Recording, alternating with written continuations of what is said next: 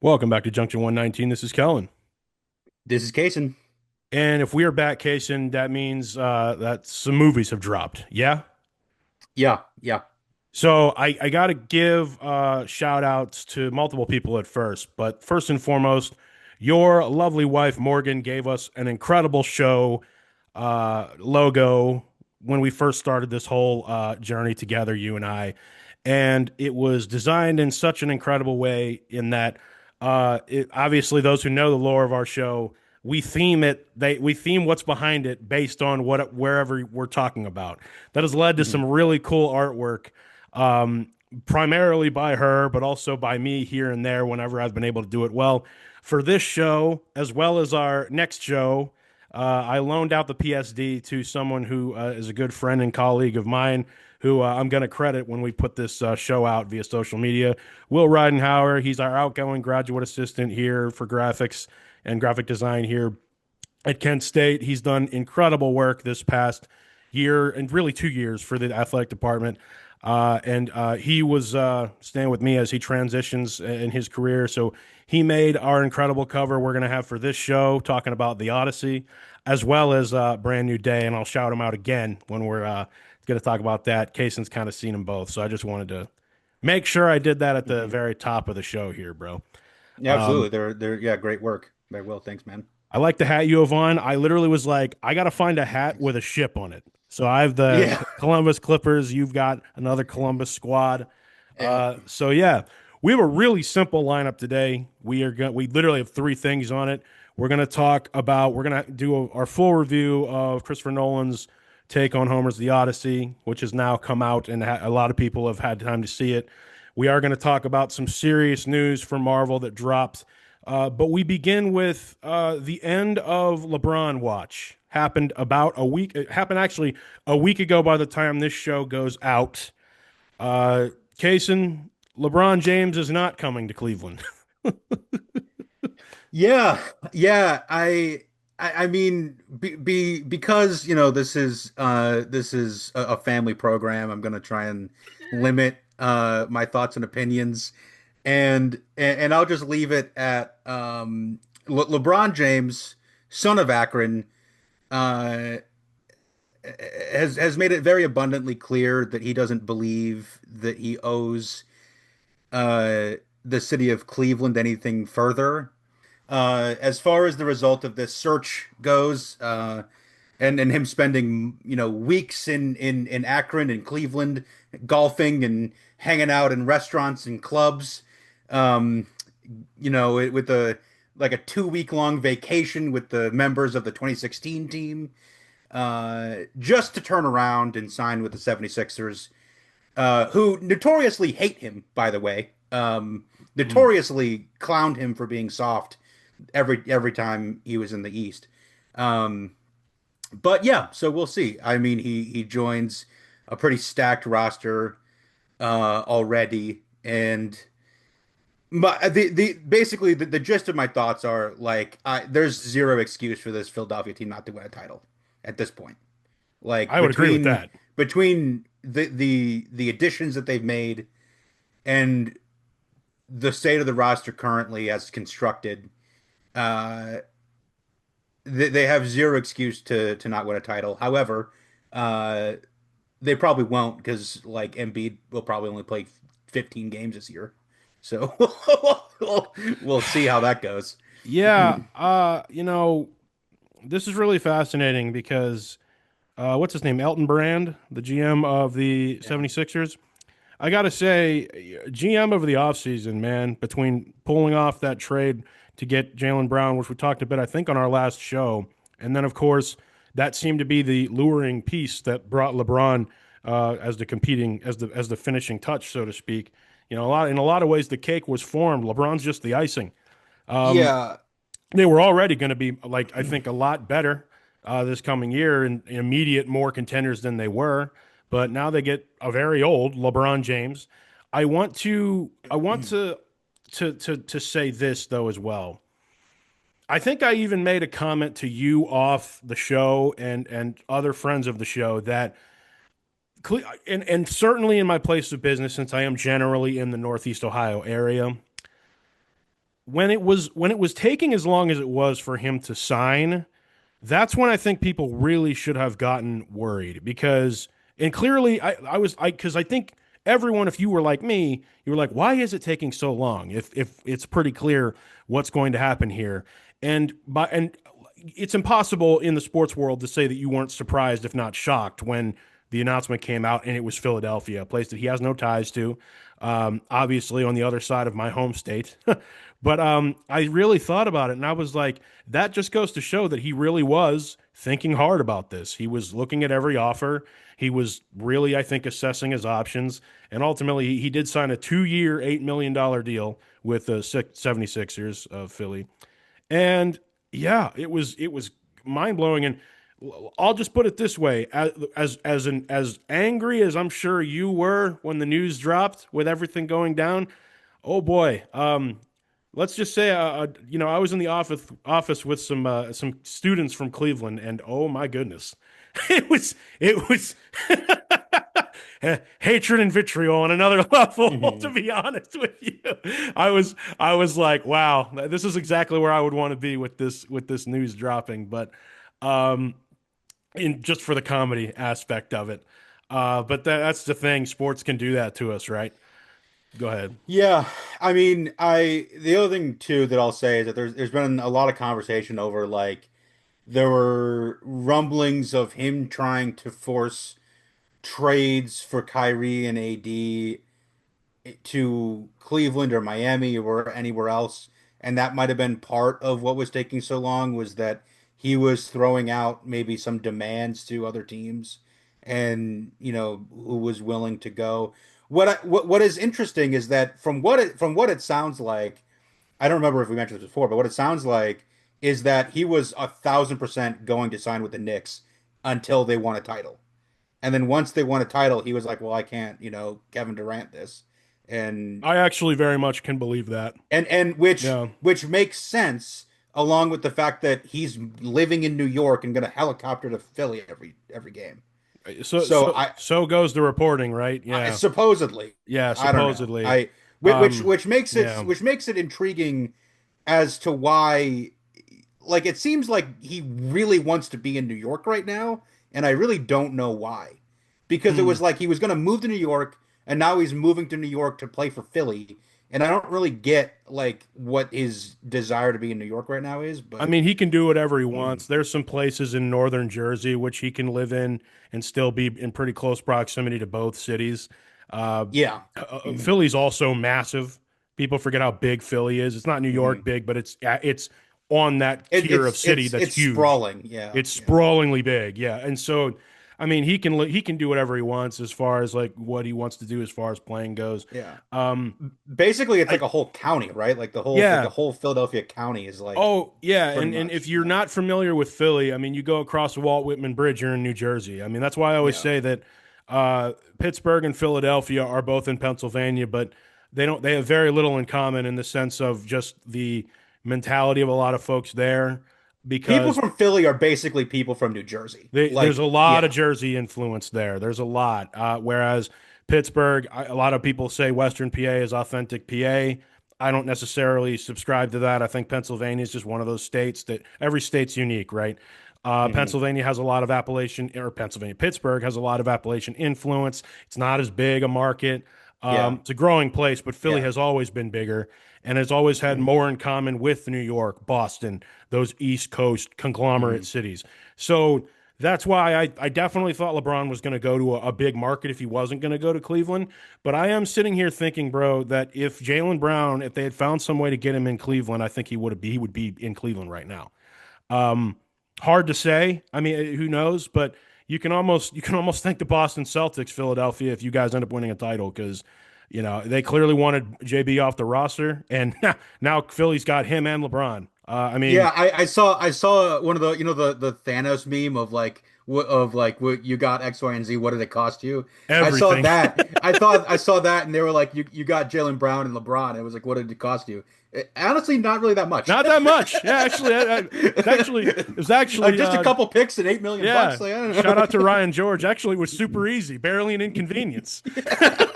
So, shout out him. That's one of his catchphrases. But Yeah. anyway, um, I do feel for Cleveland fans. However, like I said on our last show, it's not like the Cavs are a dead team right now. They are a contender as they sit currently. And I even said like, okay, well, the whole LeBron exit train could come into town, leave, and the Cavs are still okay.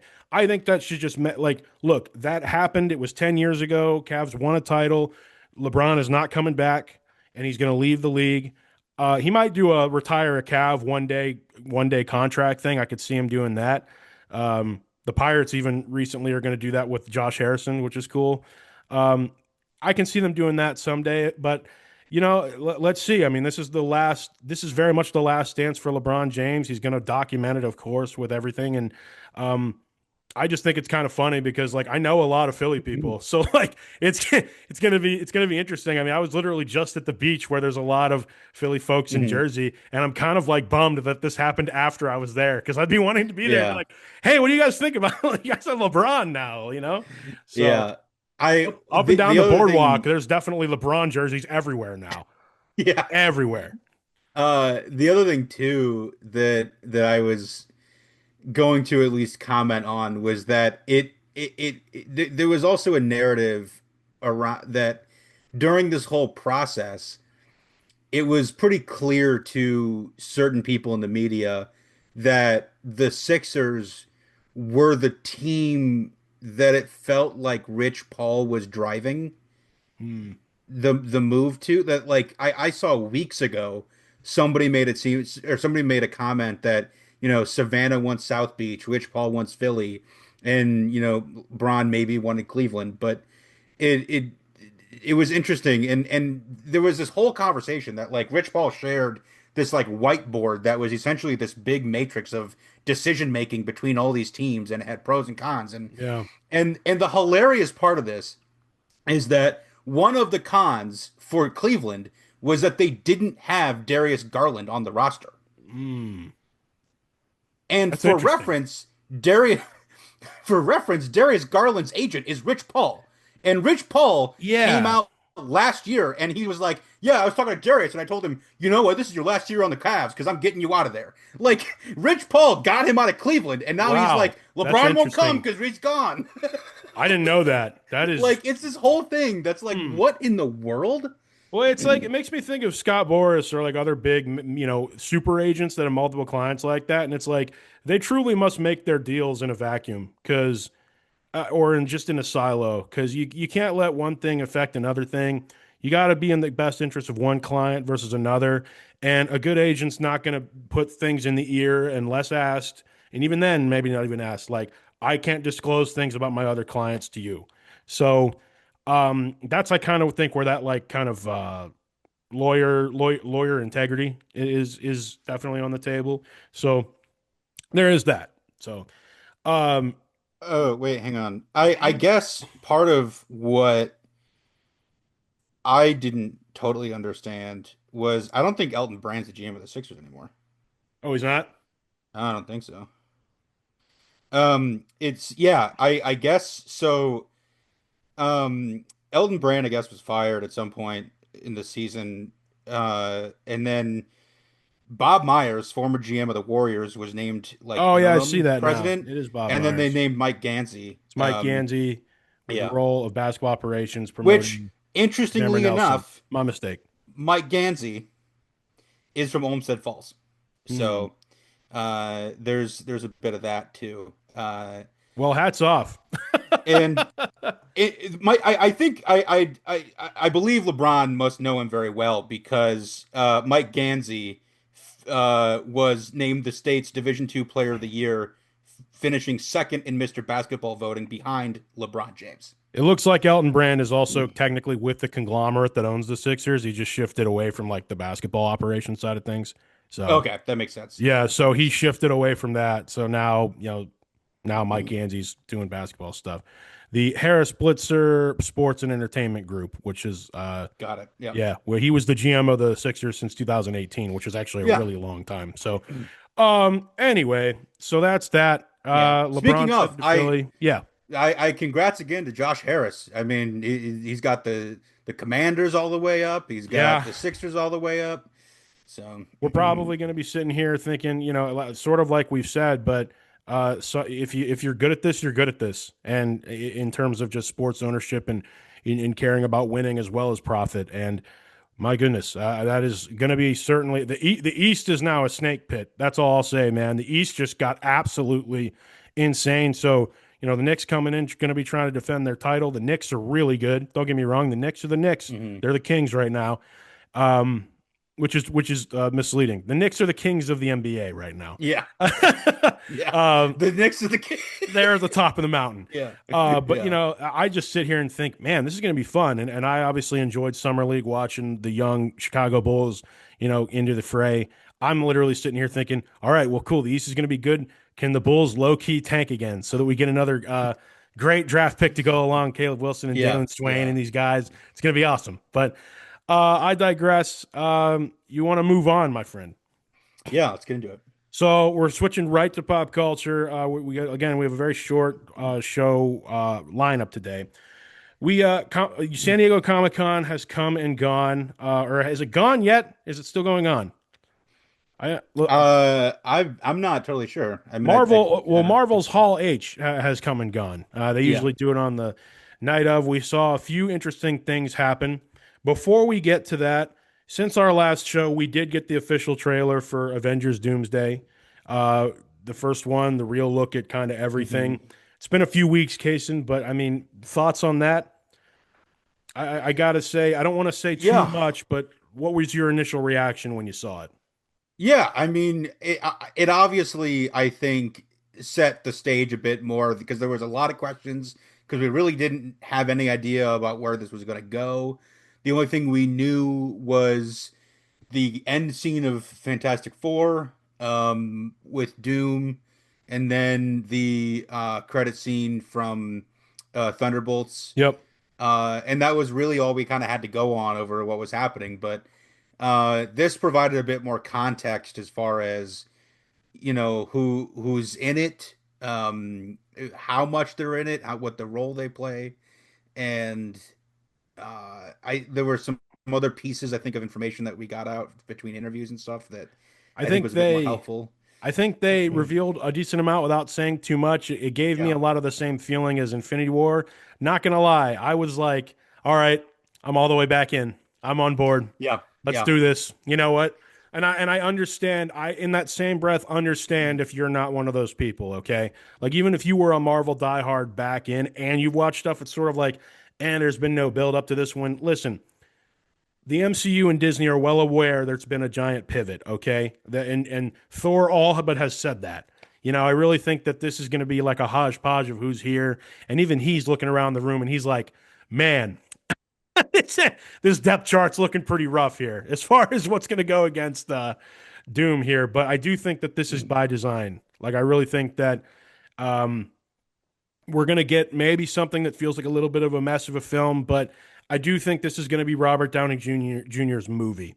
I think it's going to mhm, come off very much like Infinity War. We're going to feel for. They've already kind of alluded to that Reed and him have a past, which is comic book mhm, accurate. I think this. I think the Doom from their universe, who this is going to be, I think, is going to be spurned, and I think he's going to be looked at as a pretty sympathetic villain as to why he's upset. I also will say that I think this is going to be a really interesting role for now Oscar winning Robert Downey Jr. because when that trailer opens and you kind of see the X-Men, you kind of see the Fox X-Men and stuff, that's him speaking with the Eastern European accent. And I'm like, yeah, you forget how good an actor Robert Downey Jr. is. Yeah. yeah. I mean, because he got up there and he did the accent at the panel, Yeah. and I don't I hope it's better in the movie. Like I don't know if it was the acoustics in the room or if it was maybe just him that Sounded better in day. the trailer for sure. But yeah, it sounded much better in the trailer. So I hope the accent's a bit better in the movie. Because I'm sure for him it might have been a while since he had done it. So, um, but very interesting. I mean, I hope that there's like a reason that he's playing Doom. Like because I mean, I know we talked about it at the time, but like, is this supposed to be like maybe some kind of Tony Stark variant that becomes Victor Von Doom? I don't know because there has to be a reason because it's going to be very bizarre if it's just not addressed that he Yeah. looks like Tony Stark. Yeah, right. If nobody that knows Tony is like, you look like Tony Stark. well, and see, that's just it. I was kind of tallying in my head who would remember the Tony Stark from like the 616 main universe. Thor, obviously, Hmm. but the Thunderbolts theoretically would remember Tony Stark, like Yeah, Bucky and yeah. Sam. Those Avengers, like who Hmm. remember the initial conflict. Well, But I think anybody from 616 would anyone know. from 616 would Yeah, be like that guy in our universe was Tony Stark. In your universe, Fantastic Four, I guess he's Doctor Doom. I guess he's Victor Von yeah, Doom. I think it's going to be a situation like that where it is a variant, and I yeah. think the fact that Where we see it's like Loki these two pretty people, yeah, because like these two people who are geniuses with technology and yes, stuff. One of them was a good hero who died. The other one is basically a an evil villain. and I'm Yeah. going to remember and remind people that remember Tony Stark, good Tony Stark, almost destroyed the world with with an invention that was supposed to Yeah. be good. Okay, he inadvertently made Doombots already, and that was real Tony Stark. Yeah. And so I'm like, so him as an actual evil genius, oh yeah, that's going to be really, really with a grudge, with an axe to grind. That could be really, really scary. And Hmm. not to mention knowledge of magic and everything else. Yeah. So, because they show like the runes that are on him, Hmm. I've seen some slowdowns of that. The runes that stop Wanda, right, or that stop Yeah. the witches, it stops certain magic. So, Yeah. um, And we also got costume leaks of the witches, yeah, yeah, which that'll be interesting. I look, I there's leaks out there over the plot of this movie. sure. No one knows if it's true or not, but we'll You see. you could tell me anything about Avengers Doomsday, which comes out December 18th, same day as Doomsday. Uh, you could tell me anything's going to happen in this movie, and I'll be like, sure. I mean, your guess is as good as mine. And I Yeah. think that's going to drive the marketing of this film. Yeah. I honestly think right now I think it could be a fun mess as it is, but I actually think that that's by design. Like I saw that trailer. I've heard what Feige had to say as we transition to kind of talking more about Comic Con. That the only MCU movie we're getting next year, calendar year, is going to be Secret Wars. This whole thing's going to be rebooted, and we're going to be just fine. Like I really, really Hmm. feel like as we are on the cusp of another Spider-Man movie that's already getting great reviews coming out this weekend. A Spider-Man movie is a moment in time, at least when it Hmm. comes to this franchise. I feel a lot more optimistic than when I sat here. You and I sat here a year ago talking about both this and Spider-Man Brand New Day, and we were probably the most negative about Marvel we've been up to this point. Yeah. Yeah. This has quelled my worry, so to Well, speak. also true. I mean, which the news just came out in the last couple hours, but Yeah, Marvel has, I guess, canceled Wonder Man, which we didn't talk about here because I haven't seen it. I don't think you have either. I know one person who's seen it, and that's friend of the show, Matt. Yeah, That's it. yeah, I yeah. and I'm that's not even an exaggeration. Marvel fans that I have in my extended friends, no one watched Wonder Man, and Yeah. like I feel bad about that because it got really good reviews and it was an interesting kind of out of the box type thing. But at the end of the day, it's like I'm sorry, man, we got to kind of curtail some of these side projects to get to the main That's show what I here. was getting at Yeah, was I have long said, I said this with Star Wars and I'm saying it with Marvel of yeah, I love when they do out of the box stuff, very, different ways of storytelling, yep, but it has to have a payoff.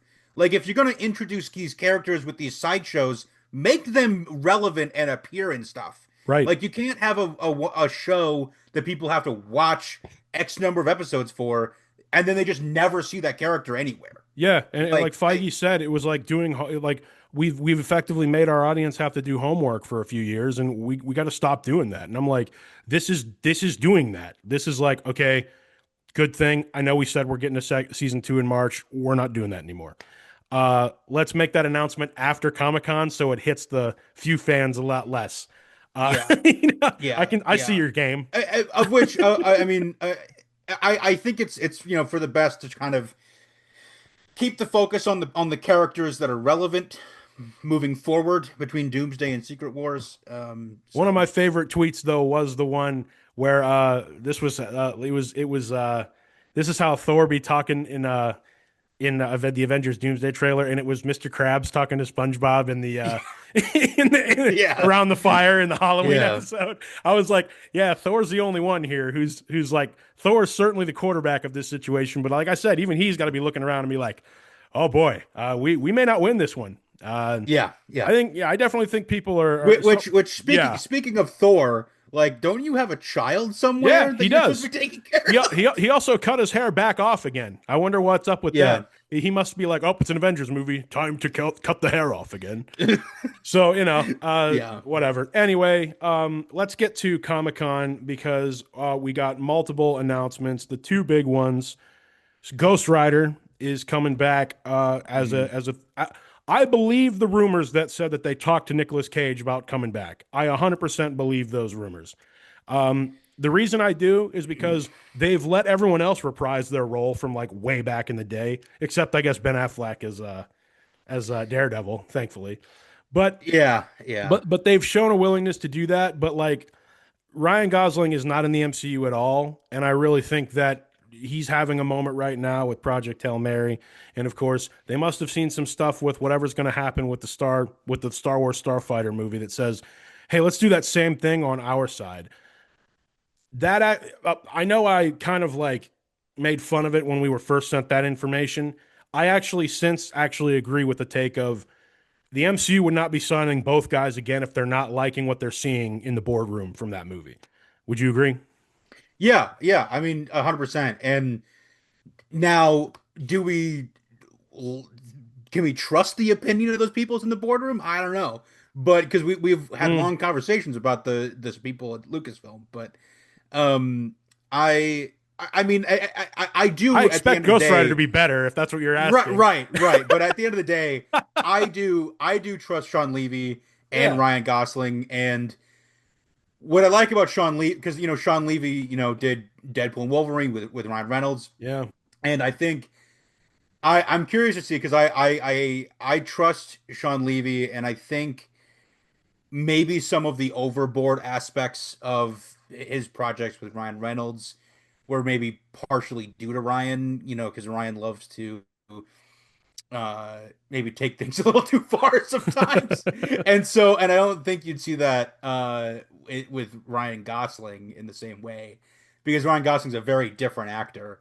And I like to say that like the two Ryans, like Ryan Gosling is like a polished version of Ryan Reynolds, that like Yeah. because Ryan Gosling is like a train, like between La La Land and all the other stuff he's done He's in like a he very like actual actor way. he's Like he got one is, of the yeah, most fascinating filmographies of any yeah, actor of all time, actor or yeah, actress. Like no two genres are the same. He clocks into work and he kills it every time. yeah.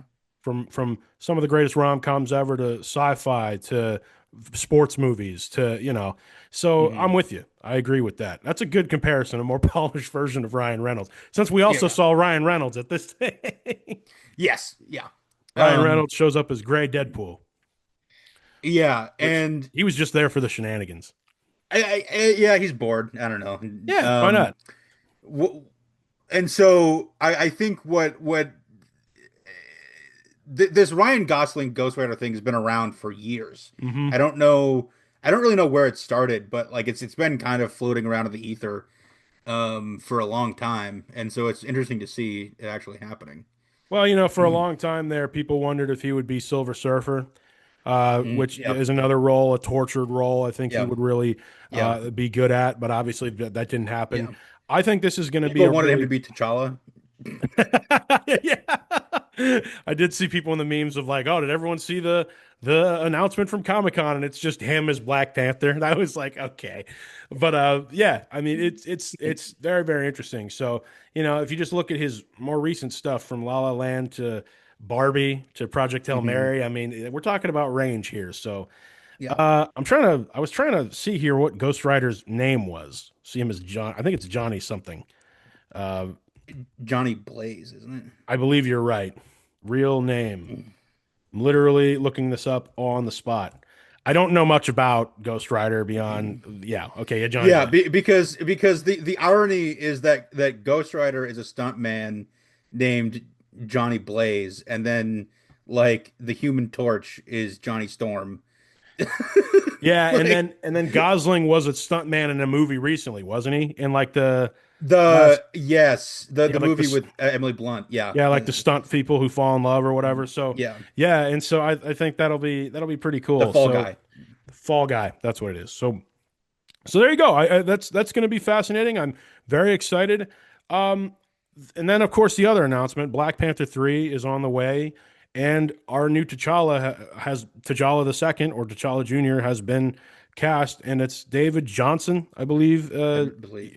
But David Johnson, I believe you say it normally like that. Um, Obviously, he recently had a lot of success because of the movie The Long Walk, where I guess he was opposite the guy who's going to be the new Cyclops. I just it's if that's true, what I saw, it's really cool to see projects like that and the actors get rewarded for that stuff. But Mhm. I am kind of amazed at how much he looks like Lupita Wright and Chadwick Boseman's kid.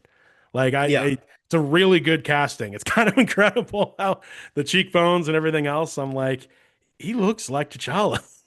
Yeah, yeah. We'll really have to see what they do with this because like the last time we saw him in Black Panther 2, he was like 4. He was a And kid, yeah. so we're gonna have to see how what the timeline is here if he's supposed to be, an adult.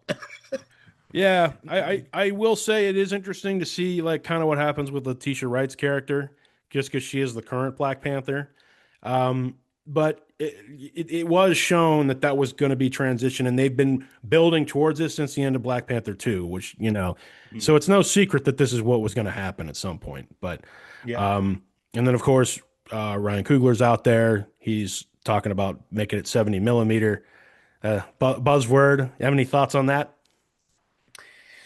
Yeah, so I was gonna save this for the Odyssey discussion, but like, look, I'm all for, respecting film and the art of film. But we have got to stop making movies in a format that you can only see one of 25 places in the Mm-hmm. country. Yeah. Like it no more 70 millimeter movies until they figure out how to make more of them. Like Mm.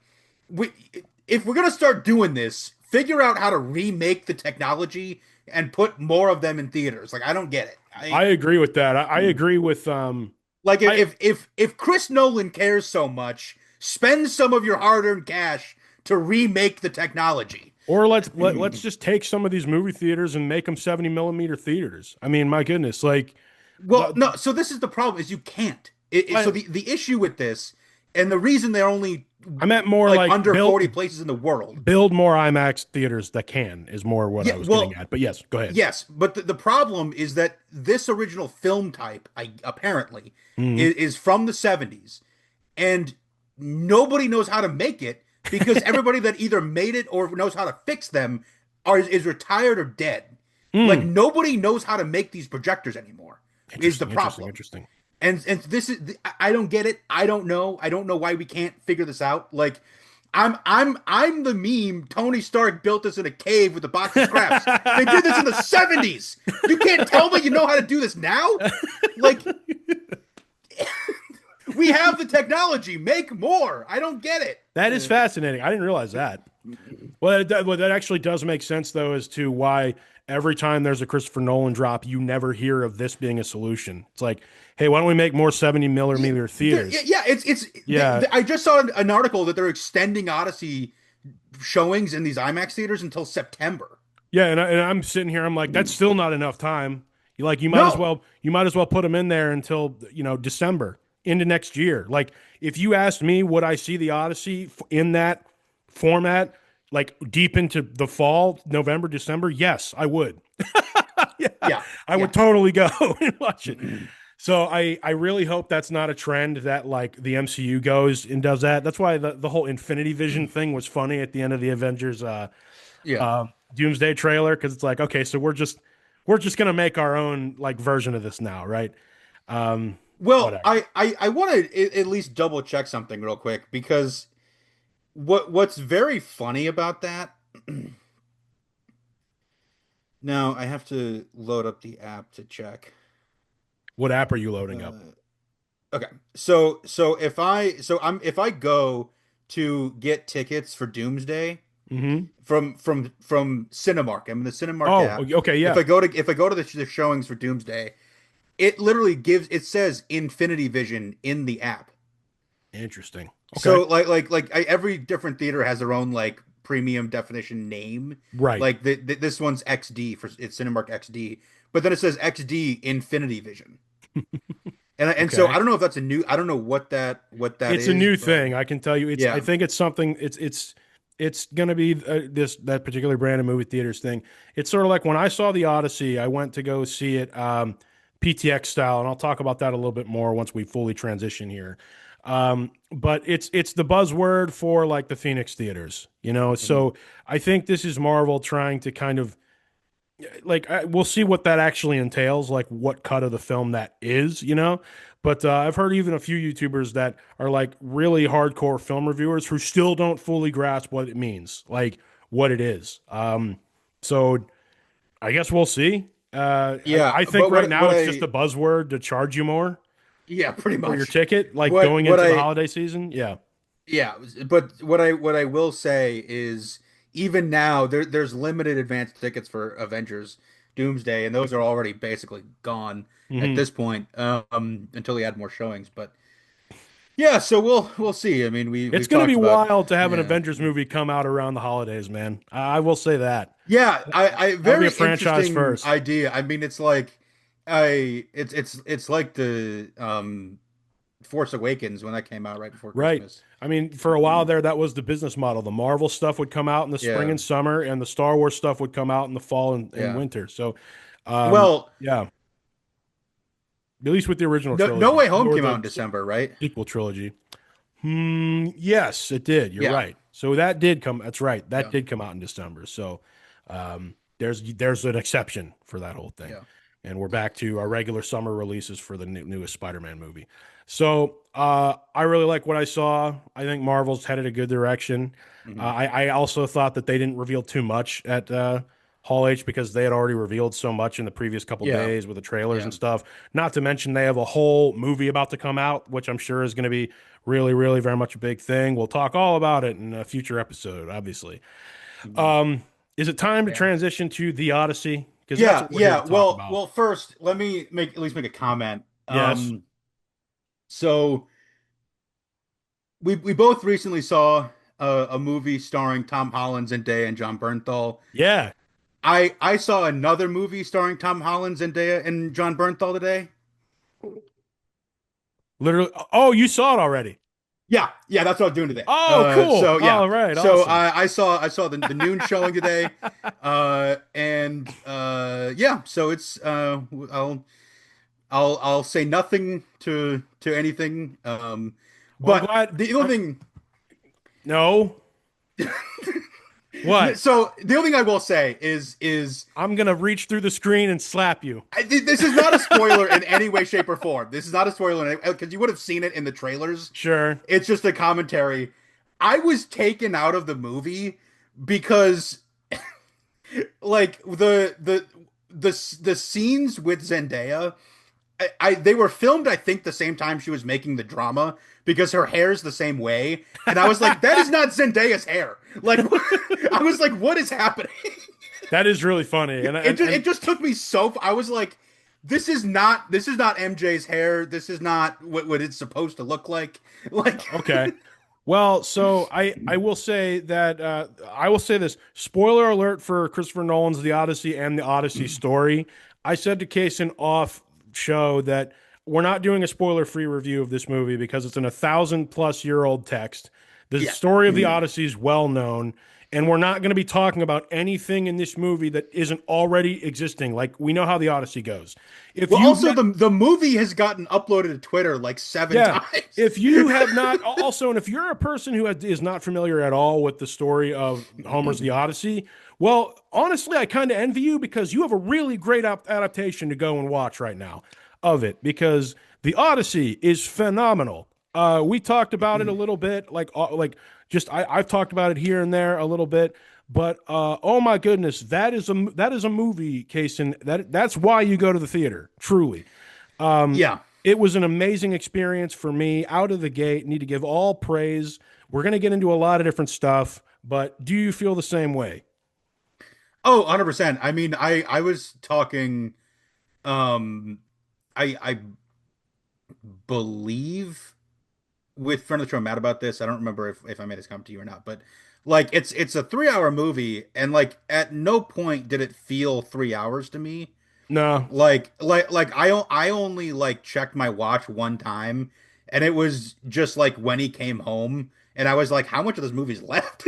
Well, right, and I will. But like that was really my only question. I was just like, how much of the story is left? When Odysseus actually does come home, and you're kind of very much in like the last act, and it is a last act. It doesn't feel like an epilogue. It's a last act. Yeah.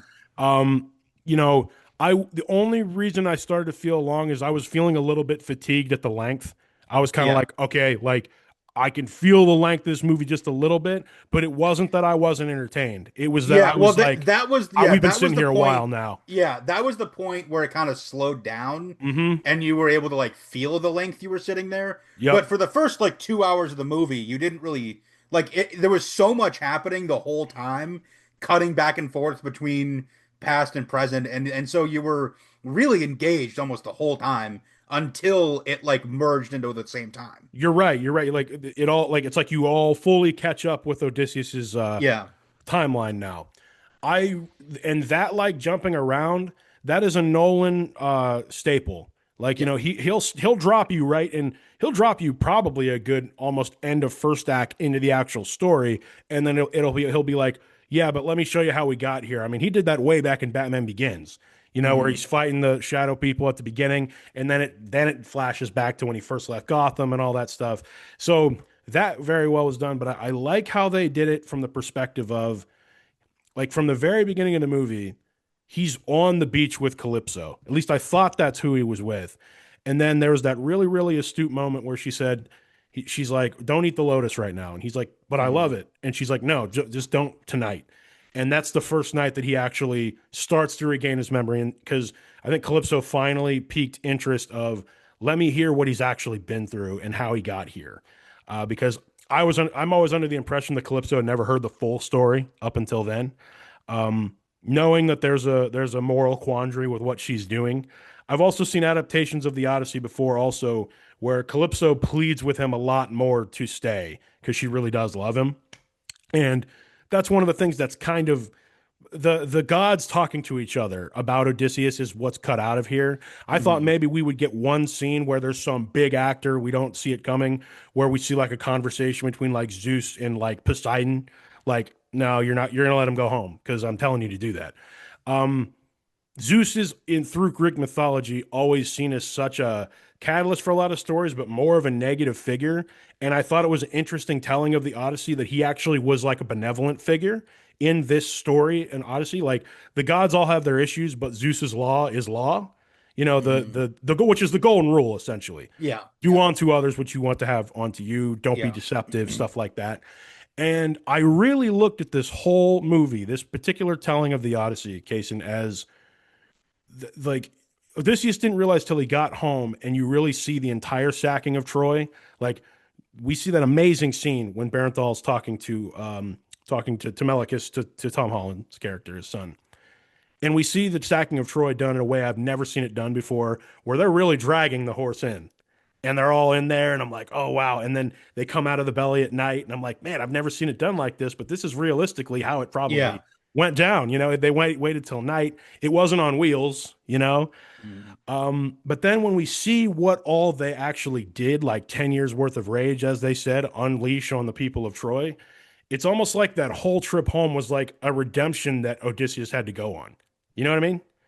That's kind of how it felt. This adaptation felt to me. No. Yeah, no, I mean, I, I will say, like, you can say what you want about Matt Damon, but like that scene where he's having the conversation uh with Penelope, and then you see the full scene of what he saw as far as what Yeah, tormented him. it was That brutal. was like one of the best scenes in a movie I've seen in a while, Yeah, and of just like it was like no words, and it was just him viewing. I mean, honestly, like the funniest part about this is that this whole thing is basically Oppenheimer, is that you have this guy who built this weapon that he's mm, witnessing the toll of, and he's can't. But like that scene is the scene in Oppenheimer with the bomb going off in the auditorium. you're You right. remember what I'm talking about? Hmm. Where he's like dealing with the consequences of the machine and the destruction that he designed, and it's like eating him from the inside out. What a And great so point. it's a very it was very interesting to me because I had that thought. I was like, this is the this is but and I think that that probably is what drove him to make that. And Yeah, I mean, not to get too into the weeds here, but there was a interesting conversation that I saw somebody point out on the internet. And if you don't know, Christopher Nolan, he has two brothers. One brother is also, I think, kind of in the film industry, sort of. But then the other brother went to jail for murder yeah, because it's assumed he's a hitman. yeah.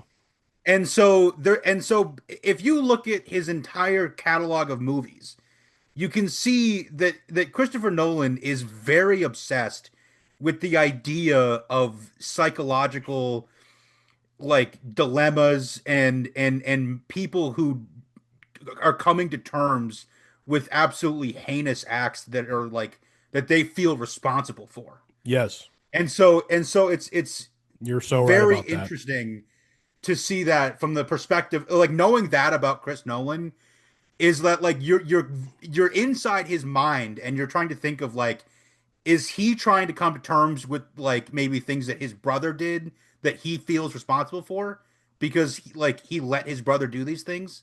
You know what I Wow. mean? Yeah, Like it goes down to this deep we like this whole deep thing that's man. kind of insane to think about. But like if you go all the way back to like Memento, you can see traces of like of somebody obsessed with trying to understand how people do things like that and how you can come to terms with doing them. Very good point, man. You know, I have not seen every Christopher Nolan film. Okay, I think, but by the time over time, I'm going to go back and really try to do that. But I've heard it said before. This was really around Oppenheimer, which we also reviewed on this show. You can go check it Mhm. out. Um, his protagonists are always a tortured figure, whether it was through his own, usually through his or her own making. Mhm. Sometimes there's more than one. And you're so right about that. And you just presented something to me that I never really thought of. But I think you're onto something there. I think you're really absolutely, you could be spot on of just he feels responsible, but maybe just kind of by association or being related to a guy who has those accusations. Um, I think you're onto something there. I also think Nolan is amazingly good at allowing you to, even if there's just mystical beings, he still makes them relatable people, which is why I loved his casting decisions across this whole thing. Because I heard some complaints saying that they weren't speaking the King's English in this movie, and it sounded more along the lines of like for an American audience. I'm like, that's kind of what works for me, you guys. Like it feels like an everyman's kind of situation. Yeah. It's a more grounded take on the Odyssey. But Yeah, I mean, yeah, go ahead. yeah, like that's kind of the whole point Yeah, is an adaptation of the Odyssey just in English. Like it's and not like do you want it in period accurate Greek? Like I don't right, understand. exactly. That's Like what I thought. If we were really trying to do this, guys, they would all be speaking Greece, and they just ruin the movie. Speaking Greek, and that would just ruin the movie because we're not looking at anything cool. We're just reading the entire movie. Um, yeah. but sure, but I pull back and say to relate it to what you just said. Yes, I think this Odysseus and Matt Damon's portrayal of the character made him, very much someone who broke Zeus's law and knew it, and as literally throughout the rest of the story was essentially tortured to the point where only he makes it home. And yeah, I mean, everyone really, really did a great job. While I could talk about each scene individually, I'm not going to do that. I wanted to ask you, very much the story of the Odyssey is they go a place, things go bad, they're running back to the ships and leaving. They go to a place, things go even worse, they're running back to the ship and leaving. And then eventually it leads to them, obviously, none of his men survive. And was there a place they went to that stood out more to you than any other? Because there were things to love about every single location, but there's one scene in particular that I thought, you know what, this might be my favorite scene in the movie. Um, Go ahead. I just want to see if you have something like that, Um,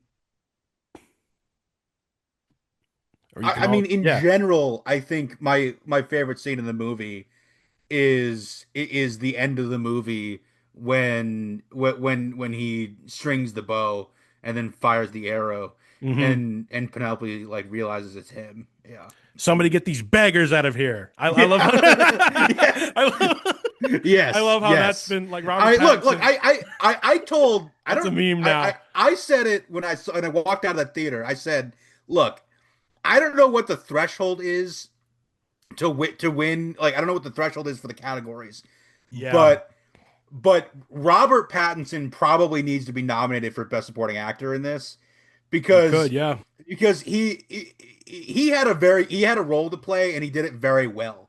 I mean he isn't in the movie a ton, so I don't know what the threshold is on that, but I think that he was able to portray that part very and well. Tenowis and Tenuous. I have Yeah. some of these pronunciations up are just going to be butchered, but yeah. Yeah. Uh, but like his arc's fascinating because of the whole thing, and it actually does relate to my favorite scene in the movie. My I'll say this: I also probably love his actual return the most.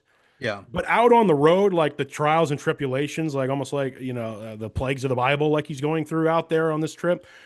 When they actually, it's after Cersei tells them to go. He's like, "What do you need to do?" He's like, "You need to learn from the dead." Essentially, Yeah. when they go to Hades, that Yeah. whole scene was Oh, that was unbelievable. crazy. Yeah, That that was was crazy. unreal. Which I since learned that scene was filmed on the black beaches of Iceland, which is what it looked Mhm. like. Yeah. And I would because I'm thinking to myself, up to now we've seen some pretty grounded stuff from the Cyclops to the kind of body horror that we saw with the Cersei turning them into pigs. I'm like, how are they going to do this? Like, there's no way that he's going to have like a hellscape. You know what I mean? I didn't expect something like that. And in a lot of ways, like the subtle way that they do the sacrifice and then they all just come up from the sand. I'm like, now this is dope. And it was also dope because of the stuff they learned there. Because obviously he sees Sinon, the Elliot Page character, with the connection to Artinius, the guy back home Hmm. who's causing trouble with the suitors, which leads to his line at the end. I send you to Hades in shame, basically, which was Yeah. amazing. But I'm trying to pull this up here. The character that Ben Sheaf plays, the other Agamemnon, Yeah. um, Benny Safdie. Yeah. What how you say his last name? Safdie. Safdie. Thank you, Casen. Agamemnon. I've seen a lot of people. I saw a tweet that was like, "Man, it would have been cool to see more of Agamemnon's story in the Odyssey." And then the response is like, "So there's the story before it called the Iliad, Yeah. Yeah. where there's Yeah. a lot more of him in it." Yeah, of course. But Mhm. I thought that was a surprising moment because it's like, oh, he's dead too, and he walks forward and he tells him Yeah. about, hey, don't just go in expecting to be welcomed Yeah. home, and obviously with everything that happened with him and Helen Troy and stuff. So Yeah. Well, because like that's yeah, the whole that was the whole point of the book yep, was that he thought that Agamemnon made it home and because he assumed that he would have made it home by now. And yep. he's like, yeah, I did. I made it home pretty fast. I made it home But immediately. Actually, yeah. yeah, but then yeah, my wife I didn't was like I was betrayed by it. everyone, legitimately. So that was fascinating. And then of course, I liked the portrayal of, and I actually thought the movie was going to end this way. I thought we were going to see the last shot of the film was going to be him putting his men to rest, like the Hmm. sacrifice to put his men to rest after they find land sailing west. But I'm like, no, it makes sense that they're on the way to do that. Like Yeah. that's the perfect last shot. We've seen that. That's what he promised Penelope they were going to do. That's great. But when they're just chased off, it looked like it looked sort of like a Game of Thrones esque, like Army of the Dead um, thing. But also, a lot of people on the internet said when Matt Damon turns as Odysseus and says "Let's go" and they run, it looks like he's leading him into battle. He's saying "Let's go" like Jack Sparrow running from the cannibals in Dead Man's Yeah. Chest. Oh, they're Yeah. gonna kill us! Everyone back to the ship, quick! Yeah. It's time for us to make another hasty retreat since this is the like fourth time on this journey we've done this. so, Yes. Yes. Yes. so Yeah. but Yeah. yeah, Very, very recurring theme. very recurring Yeah. theme. But of course, he learns about the there's the whirlpool or the monster. So it's like he's got to go one or the other. Uh, I forget what that monster is called. That was probably the quote unquote weakest CGI of the film, but it still looked cool. Like it still looked grounded, which is what it was supposed to look like. Yeah. What was your? I have one other question because we can talk about every scene. We're not going to talk about every single scene. What was your take on the siren scene? So like it makes sense Mhm. because like he strikes me as a man that like Odysseus has a lot of like Icarus in him where he's He like does. really where he's like obsessed with like trying to find as much like he loves to go right up to the brink of going way too far. And then so he's like, I gotta know what this song is. Like he's like, I gotta know what it is. Hmm. So time to the mast, and then that's when he's like, well, maybe I don't want to go home, and Yeah. Yeah. and so that I think was the switching part where I maybe if he hadn't heard it, he would have ended up going home. But Makes you wonder. I mean, I think to myself, he hears the sound, and when his one soldier took the wax out of his ears, and he's like, "Oh well, he's cooked." Like, of course he's yeah, gonna, yeah, he's done. So we lose yeah, another one, of course. But he hears the siren song, and they cut the sound out, which this movie's sound is impeccable, maybe yeah, better than any other Nolan movie. But they play like a strings type song. They play like a really tempting thing, and it's soft, but it's kind of like I think it's sort of supposed to sound like the siren song, but it's like muffled for us because hmm we the audience also have the wax in our ears. hmm It's the same song, Casen, that they play that plays in the background when he's first when he's as a beggar, he's first gonna go talk to Penelope and tell him, "Hey, I knew your husband." And hmm then the rest of the story about the sacking of Troy happens. And I noticed that when I said, I'm like, "Hey, that's the same song from earlier." I think there was a little bit of symbolism there in that again, do I even deserve to go home? Do yeah, I like is she even going to recognize me? And hmm it's that whole idea of sirens of that itch you can't quite scratch what you really might want when in reality sirens are monsters that are just hmm luring you to death. So I kind of looked at that callback with sound and music as maybe this is kind of the moment he was fearing in that moment. yeah, And we're hearing this song again before he's about to talk to Penny. And it's like, oh, this is kind of amazing. I wanted to give a shout. Thoughts on that? Sorry. I not no, only I totally agree with that. I wanted to give another shout out to someone who blew me away in this movie. John Leguizamo as Eumaeus. Unbelievable. The blind servant who was with Yep. him. Just incredible. He truly is the definition of I didn't realize this actor had it in him, to be quite frank. He's a Yeah. comedic actor. He was in that rotation of Daily Show hosts, in between after Trevor Noah left. And I just would not expect him like, wait, he's this guy? Wow. Yeah. And yes, of course, the stringing of the bow and everything at the end, the way it all wraps up. The Odyssey is very much a story where everyone gets what's coming to them, both for better or for worse. And that's another piece of the mythology that I always really appreciate. The villains get got, and the heroes get what they deserve.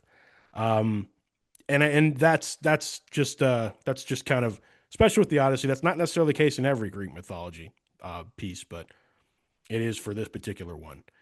So, Casen, anything else you really want to get to or that we haven't talked about yet? I mean, Well, no, I it's an mean, odd one to review because it's like you know the story, but it's like how are they going to do it? You yeah, know? yeah, no, I think that the way that it was done very well, and I think that Christopher Nolan had a point that he wanted to make with this movie, and I think there are certain individuals who maybe are not receptive to that point, Hmm. but he had a message that he was trying to confer, which is that being the message is that like violence and being just downright mean for no reason is the ending of civilization and humanity. Mm, And I think I agree that with that. there Yeah. are some people who maybe disagree with that aren't receiving this that message very well Well, in today's climate. this movie was controversial for castings before it was even Yeah. out in theaters, and which is asinine. But it's just the climate we're in right now, and it's to be expected. But to essentially everyone once they saw it, be like, no, that thing's a masterpiece, and I don't, Hmm. all those takes are just flat out wrong. I think you're right because the point of the original Odyssey story is your arrogance is going to undo you if you anger the gods and if you do things that you shouldn't do. There was no reason to bother the Cyclops, no reason at all. But we had to do that. You know what I mean? It's like, no, you didn't. You really didn't have to do that. Um, I agree with you. I really think that's a great take, and I also think that there's something to be said of if you're gonna if you're going to do bad acts for the sake of something that's justified, at some point you become the villain. Because one of the better Hmm. realizations is realizing that like the people from the sea are them. Because he Yeah. says it, he says like, "Oh, the people from the sea," and he's like, "No, we're not that." And it was before the Cyclops scene, and so it was like, "Oh wow, like that doesn't." And later in the movie, you realize, "Oh no, they are referring to these guys who come from the ocean or the guys part of the war effort." Got to tell you about one story, and I had forgotten to say it. I can't let this cast go without saying it. This happened to me, Case, and you ever have something happen in a movie theater where like the film goes out or something happens, and suddenly like your movie going experience could be ruined or whatever. Okay. We got to the point. I saw this movie with my mom. We got to the point where the lights basically went where the door closed for the Cyclops, and then I kid you not, the movie theater's power went out, and Oh no. it was like whoa, and it went out. They were on emergency power for like 30 seconds, then it came back on. Someone came into our theater and said, "Hey, we had a power outage. It'll be back. The movie will be back. It'll be re-racked probably like 10 minutes, but it'll be back." And so everyone took the time to go to the bathroom. Literally, everyone was Yeah, like, yeah, "Oh, well, yeah, then I guess pit stop. Here's the intermission yeah, time." And yeah, that's like what 20 to 40, 35 minutes into the movie, So yeah. that was really really funny. But like, I literally the guy down, one of the guys down in front was like, "Ah, not at the best part." Like, I was like, I was like, dude, if this comes back and we're at that exact moment, this is going to be really terrifying to see this Cyclops just coming out of the dark. But Yeah. no, we that didn't happen, and we got to watch the rest of the movie uninterrupted. So, um, I bring that up because the first time in my life that ever happened, where the film like broke up, and Yeah. it was back when it was filmed, so someone needed to actually go and fix it. The first Spider-Man movie. When he's talking to MJ at the end of the movie, like the conflict was over. You know what I Yeah. mean? When he's talking to MJ in the cemetery at the very end of that movie, the film just like went out. Like 10 minutes went by, they re-racked it, and we got to watch the rest of it. But I was like, I mean, even as a kid, I was like, I mean, he won. Like Yeah. we're good. You know what I mean? Like movie's over. Right. But you remember the times in your life when that happened. So Wow. if it was a movie you liked, I should say. So Yeah. out That of that 10, that's yeah, go crazy. ahead. Yeah, it is crazy. Out of 10, what would you give this guy? Christopher Nolan's Homer's Oof. The Oh boy. Odyssey, 2026. I would say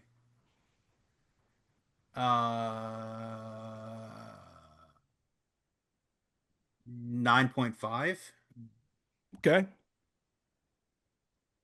I'll be the glazing one and say it's a 10 out of 10 for me. Um, it doesn't. I'm also the guy who thought that the first season of Daredevil Born Again was kind of perfect too. Mhm. Uh, the in the week since I've seen this film, the issues I have with the Odyssey are truly just nitpicks. Um, as someone who appreciates history and also appreciates the telling of the Odyssey, because you know the story of Odysseus's trip home is grounded in history, but like it's the mythological things that were put in it by Homer Mhm. essentially, and it's ironic because the mythology things that happened to them on the road, well, the only one who remembers it is Odysseus because everyone else dies on the way. You know what I mean? Yeah, So yeah. so that's the fascinating thing about it. I think as great a tell that was as good a telling of a really complicated story in the modern age.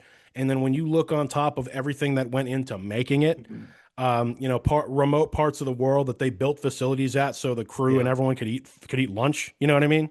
Um, I just think that this is as towering a triumph as Christopher Nolan's ever had, and I don't know. I don't. Is it his best film yet? I don't know. That's debatable. I think film is subjective, but he's proven that he can tackle any genre and make it amazing. And I look forward to seeing what he does next because sort of like that TikTok I sent you a while back, Jason. I wouldn't even want to pick his next movie because I wouldn't want to Mhm. put him in any guardrails. I know the one. I know some folks have said, would he touch Star Wars? Would he do this? Would he do that? I'm like, I wouldn't even want him to touch a major franchise again because you would have to, by definition, um, you'd have to funnel him. You'd have to tunnel vision his. You would keep him in a box, and you would make him have to do things in a movie. And he's the best when you don't make him do that. So Yeah, I have no idea where he goes from here. He's probably going to try and, stick with some kind of classic or, some kind of historical thing maybe, or maybe he wants to go back to sci-fi a bit. I have no idea. he can do whatever he wants. But the the other thing too that I'll say is apparently, I don't know, that the the thing that I appreciate with this movie is there's a lot of practical effects in it. Yes. And I give it a lot of credit for that. And in in an era where there's way too overboard CGI and stuff, it's I know I railed on, on the 70 millimeter thing, but like the film the adherence to like a standard way of making movies, I respect and I admire a lot. Yeah. I just wish to be able to see it in the manner of form in which it's intended, The first other time. than yeah, other than one of 25 places in the country. But I'm with you. anyway, I'm with you. I'm with you. what the other thing too, trying to think, lost my thought, but yeah, I don't that's, know. That that's, that was my thought. that's fine. And you can text me about it later if you remember. But the Mm. Odyssey was fantastic. It was in every way bit. And I'll say this: if you listen to our whole podcast and you haven't seen it, I still don't really think much was spoiled for you again because you got to go and actually see what happens, the sequence of events, what we're talking about. I'm really trying to rack my brain here of anything we didn't talk about. I guess last shout out, I'll say there is a little bit of cruelty to dogs in this, but if you're aware of the story, it's nothing crazy. But like one of my favorite things in this movie was him coming home and Argus passes away because Argus Mm. knows it's him. And Yeah, I'm like, yeah, oh, and at that moment, yeah, Telemachus knows it's him too. yeah, I thought that's yeah, one of the pieces of the Odyssey story I always loved, and I thought it yeah, was done so well here. And I'm like, oh, that's my guy right there. yeah. Now I can I rest in peace. the thing that I was gonna say was just that it's awesome to see, just sort of like when a movie like this is so big that Hmm. it captures the entire um cultural zeitgeist for a while. Yeah, Like the last time I really remember like this happening was probably like the totality of Barbenheimer, of just like Yeah, both of just like when Twitter was nothing but memes from those from movies. both. Yeah. And so now you just got constantly get these beggars out of here, and then you have the bowstringing meme, and so it just you have a bunch of memes from the movie, just And just him screaming with the siren yeah, scene. That's yeah, another one. yeah, um, Me, and so go ahead. well, I was just saying, so it's great when like a big summer blockbuster like this is seen by everybody to the Yeah. point where like most people are able to participate and understand these things. The other thing I'll say is, and maybe I said this a couple years ago when Oppenheimer came out, Christopher Nolan is the best director of our time. He's probably the best filmmaker right now in our period of time. Like Christopher Nolan now is probably like Spielberg 50 years ago, where everything he touched was just bangers. Everything he touched turned to gold. And he's going to go down as one of the greatest storytellers of all time. Because at the end of the day, that's what he is. Tell story on 70 millimeter film. That's what he does. Mhm. Um, but he's one of the few creators out there where my expectations can be skyrocketly high, okay, and I can still walk out blown away. That's the Yeah, thing. That like he's the only creator I think in any art form where I think that like I can say that about. Like yeah. my expectations were high and I was still blown away. Like, Mhm. and that's not an exaggeration. I mean, I don't know if you feel the same way, but that's the best way I can put it about what Christopher Nolan's up to right now. Yeah, no, 100%. I mean, and like the thing is that I went back through kind of his filmography, and it's kind of interesting because Mhm. basically going back to Batman, like he's on like a 3 year cycle. Like every 3 years he Yeah. makes a movie. So because I kind of didn't realize that Oppenheimer was 3 years ago. That Yeah, it kind of was 3 years surprised me. ago. Yep. But and so at the math being or the pattern holding, his next movie will come out in 29. So It's going to be we'll epic, see. man. It's going to be epic. Let me see. 3 years ago, I was in another state last time we talked about Yep. Christopher Nolan. Yep. So, yeah, absolutely. So, uh, last thing I'll say, because it's just, I was like, I think I've said everything I want to say about this movie. Two scenes. Yeah, the giant scene, amazing. There's one scene in that movie where it looked actually terrifying to even film, and that was the storm scene after they ate the storm scene when it just becomes Odysseus. Yeah. It looked like even if they filmed that in a pool, I'm like, I would actually be terrified to film this, even if I was Yeah. a stunt double, Yeah. because like this actually just looks terrifying, and if anything goes wrong, someone could actually like drown. Um, Mhm. that's how good the practical effects were there. I'm like, I'm sure they did Yeah. this on a big pool or something, but this No, actually I looks yeah. I terrifying. mean Matt Damon said that every day on that set was harder than the hardest day he's had on any other film I he's ever believe it. done. I absolutely believe it. And so I find that very interesting that, it's somebody who's been in the industry for 30 years and has been, made a ton of movies, different types of movies. Mm. And he's like, this was the hardest movie I've ever I'm just looking at what they've had to portray made. and just how Yeah. gassed they are and how much they were moving around. And the I'm sure you saw like me the dolphins that you see early in the movie. Those were real. They just kind of caught those as they were filming and they left it in the film. I was like, I love when stuff like that happens. That's awesome. So Yeah, the other thing I'll just follow up. I'll just finish this on. yeah. It's not a spoiler in any way, shape, or form, but seeing the scene Wait, with no, wait, no, no, no, no, no, no, no, no, no, no. I know where you're going with this. If you do no, no, anything, okay. no. I'm just going to say that it's a very incredible experience to to see Tom Holland and John Bernthal interact as two different characters in two different movies, Yeah. and they're within a week of each other. Well, yeah, and it is actually crazy that that's the case. But also think about how think about the schedule of Zendaya right now. My goodness, like Yeah, you're yeah. the She is going booked from and busy. the press run from this movie to where she literally was dressed as an angel at the Hmm. the Odyssey world premiere to, of course, Spider-Man, and then she's gonna have Dune at the end of the year. Like, my goodness, Yeah. like Well, she also had the drama with Robert Pattinson in she had the April, and drama so with Robert she's had Pattinson.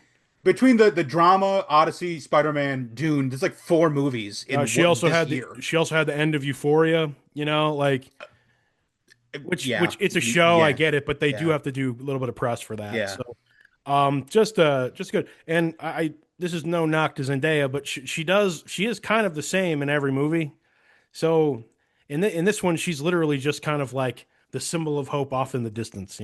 yeah, But she doesn't do a whole lot in this movie, Odyssey.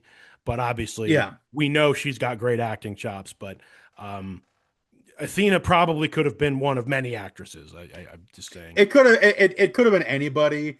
And to me, I almost wonder if I wonder if Tom was cast first and he was like, "Can you Zendaya, Chris, Can you give my wife can you get something, my wife please? to do this, please?" Please. And then he's like, yeah, sure.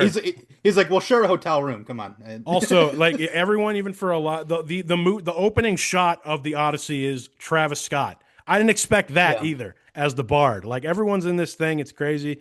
Last Mhm. thing I'll say is Calypso being Charlize Theron was pretty interesting because I know she's been in a lot of stuff. She's like one of the main villains right now in the Fast and Furious franchise. So it's just kind of interesting saying, oh, and then I recognize very quickly, oh, she must be Calypso. This must be like at that point in the Yeah, story. yeah. Yeah. The concept of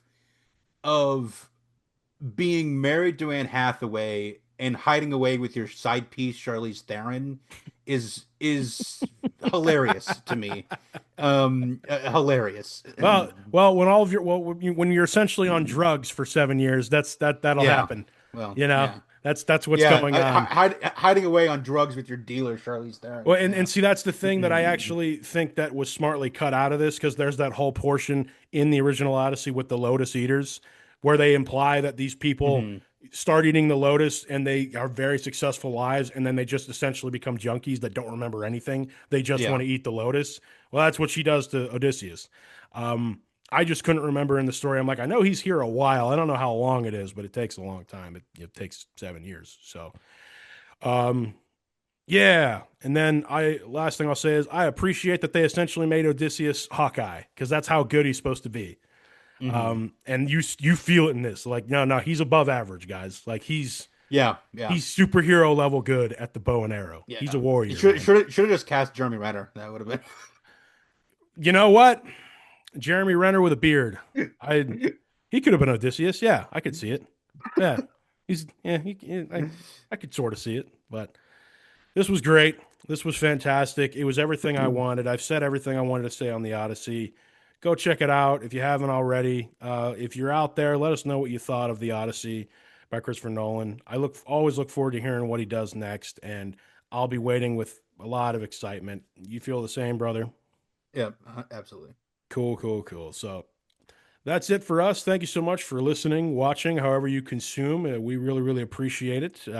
This is Kellan, This is Casen. and we'll see you at the next stop.